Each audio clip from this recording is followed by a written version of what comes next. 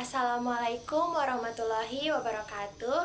Halo semuanya, perkenalkan nama saya Tiara Anastasia dengan NIM A25124015. Saya dari kelas C.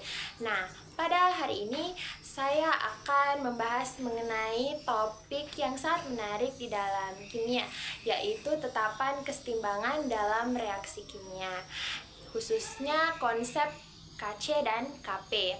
Nah, kita semua tahu bahwa dalam kehidupan kita sehari-hari ada banyak proses yang tampaknya stabil di permukaan, padahal sebenarnya terjadi beberapa perubahan secara terus-menerus di tingkat mikroskopis atau secara tak kasat mata.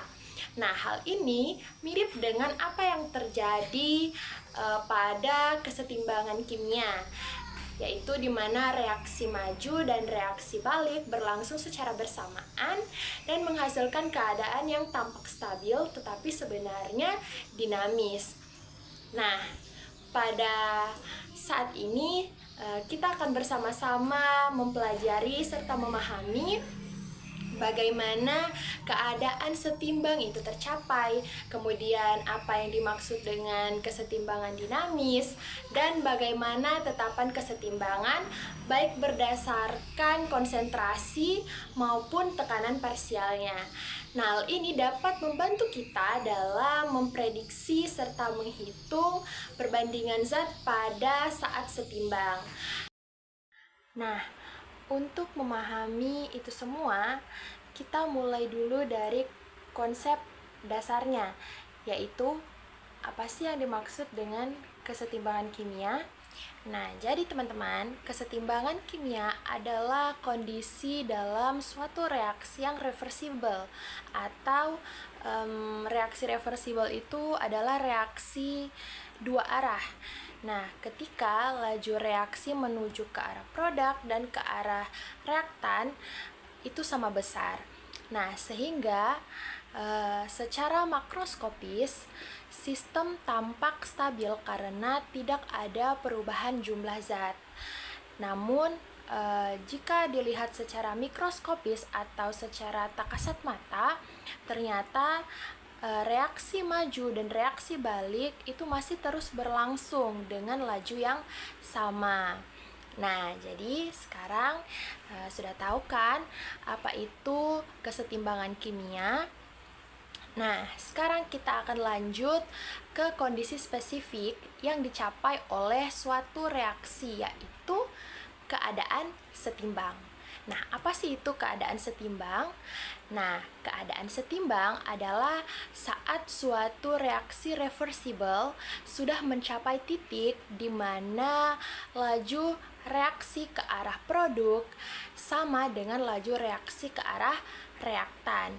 Nah, pada titik ini jumlah masing-masing zat tidak berubah lagi dari waktu ke waktu. Tidak ada penumpukan produk maupun reaktan karena keduanya terbentuk dan kembali saling mengubah pada laju yang sama. Nah, jadi meskipun jumlah zat itu tampak tak berubah, ternyata kondisi setimbang ini punya sifat yang unik.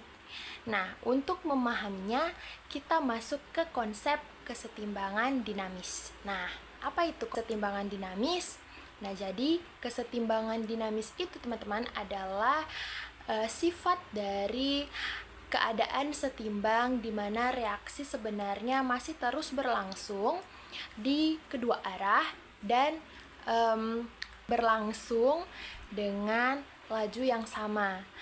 Nah, secara mikroskopis atau tak terlihat, molekul itu masih bertumbukan dan bereaksi, tetapi secara makroskopis atau jika dilihat secara langsung dengan mata,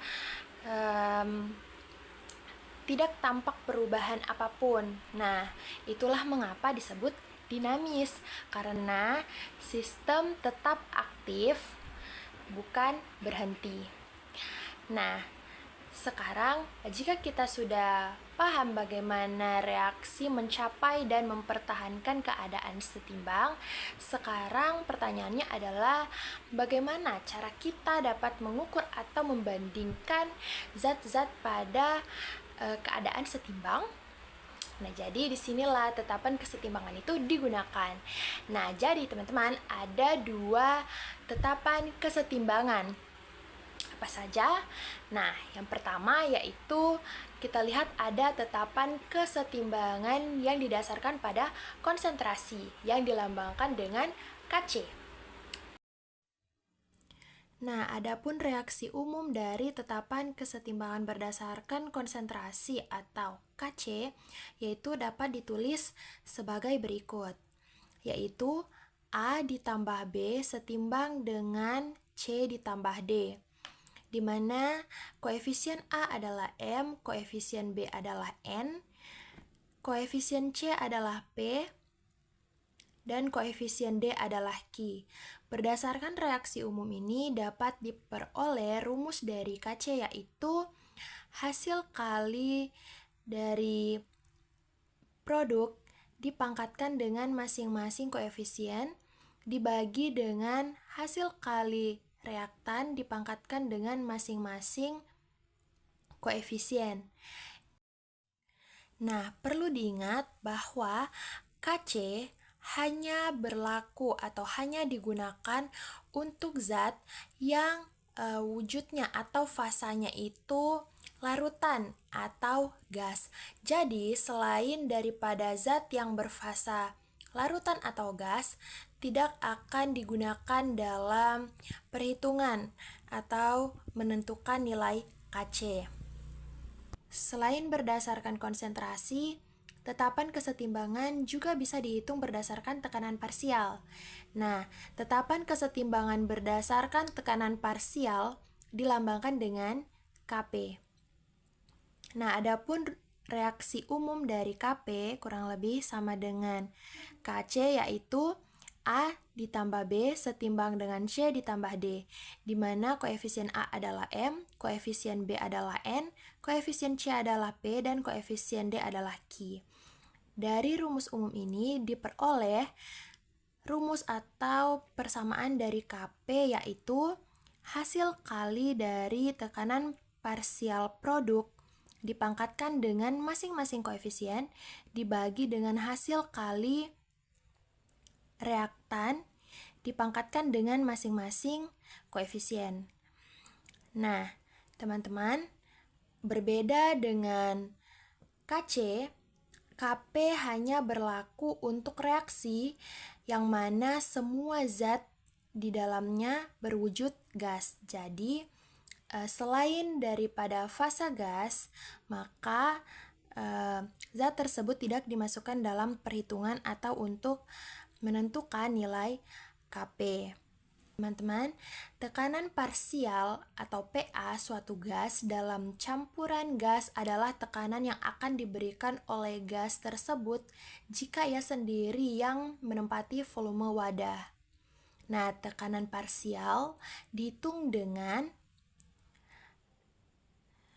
PA sama dengan rumus PA sama dengan mol A dibagi dengan mol total, kemudian dikali dengan P total. Adapun contoh soal dalam materi ini yaitu Kp untuk reaksi 2NO2 setimbang dengan 2NO ditambah O2, di mana keseluruhan zat berfasa gas adalah 158 atm pada suhu 1000 Kelvin. Hitunglah tekanan parsial dari O2 jika tekanan parsial NO2 adalah 0,4 atm, tekanan parsial NO adalah 0,27 atm. Nah, jadi pada soal ini kita diminta untuk mencari berapakah tekanan parsial dari O2 atau oksigen dari reaksi kesetimbangan tersebut. Pertama-tama kita tuliskan dulu rumus dari Kp, di mana seperti yang sudah kita ketahui bahwa rumus dari Kp adalah tekanan parsial produk dipangkatkan dengan koefisiennya dibagi dengan tekanan parsial reaktan dipangkatkan dengan koefisiennya. Berdasarkan reaksi pada soal, diperoleh rumus dari KP yaitu sebagai berikut. Di mana tekanan parsial dari nitrogen monoksida dipangkatkan 2, di mana 2 ini adalah koefisien dari NO dikali dengan tekanan parsial O2 atau oksigen, di mana koefisiennya adalah 1, sehingga tidak perlu ditulis, kemudian dibagi dengan tekanan parsial NO2 atau nitrogen dioksida dipangkatkan dengan koefisiennya.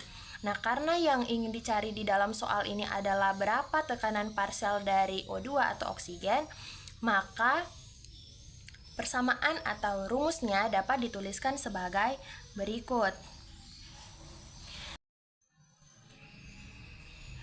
yaitu tekanan parsial O2 atau oksigen sama dengan Kp dikali tekanan parsial NO2 pangkat 2 dibagi tekanan parsial NO pangkat 2. Nah, selanjutnya semua atau setiap angka yang diketahui, baik itu nilai Kp, tekanan parsial NO2 dan tekanan parsial NO, dimasukkan atau disubstitusikan ke dalam persamaan, sehingga dapat ditulis sebagai berikut, yaitu tekanan parsial O2 sama dengan 158 dikali 0,4 pangkat 2 dibagi 0,27 pangkat 2. Kemudian 0,4 pangkat 2 memperoleh hasil 0,16. Begitu juga dengan 0,27 dipangkatkan 2 diperoleh hasil 0,0729. Nah, selanjutnya 158 ini turun, kemudian diperoleh hasil bagi dari 0,16 dengan 0,0729 diperoleh yaitu 2,194. Sehingga hasil kali antara 158 dengan 2,194 diperoleh yaitu 346,65 atm, di mana nilai tersebut adalah tekanan parsial dari oksigen atau O2. Nah, adapun contoh soal berikutnya yaitu dalam sebuah praktikum analisis kimia, seorang siswa mempelajari reaksi kesetimbangan antara nitrogen dioksida dan ion hidroksida dalam larutan. Dengan reaksi yang diperoleh yaitu gas NO2 ditambah dengan larutan OH- setimbang dengan larutan NO3- ditambah gas NO.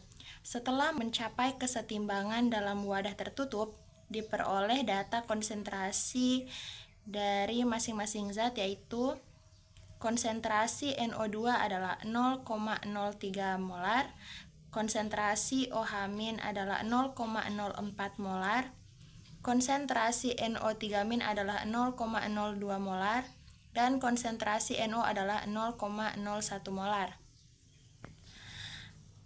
Yang ditanyakan adalah tentukan nilai Kc untuk reaksi tersebut. Pada soal ini kita diminta untuk menentukan nilai Kc. Nah, karena nilai Kc dihitung berdasarkan konsentrasi, kita hanya perlu memasukkan zat yang berfasa gas dan berfasa larutan.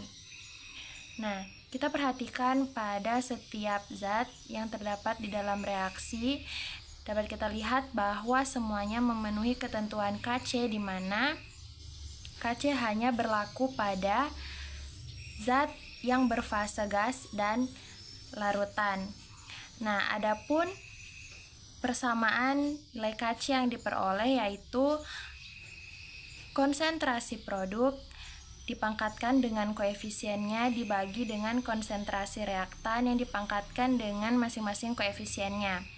Nah, di dalam soal ini dapat kita lihat bahwa NO dan NO3- bertindak sebagai produk, sementara NO2 dan OH- bertindak sebagai reaktan, sehingga saat disubstitusikan ke dalam persamaan Kc diperoleh sebagai berikut, yaitu konsentrasi NO3- dikali dengan konsentrasi NO dibagi dengan konsentrasi NO2 dikali dengan konsentrasi OH-.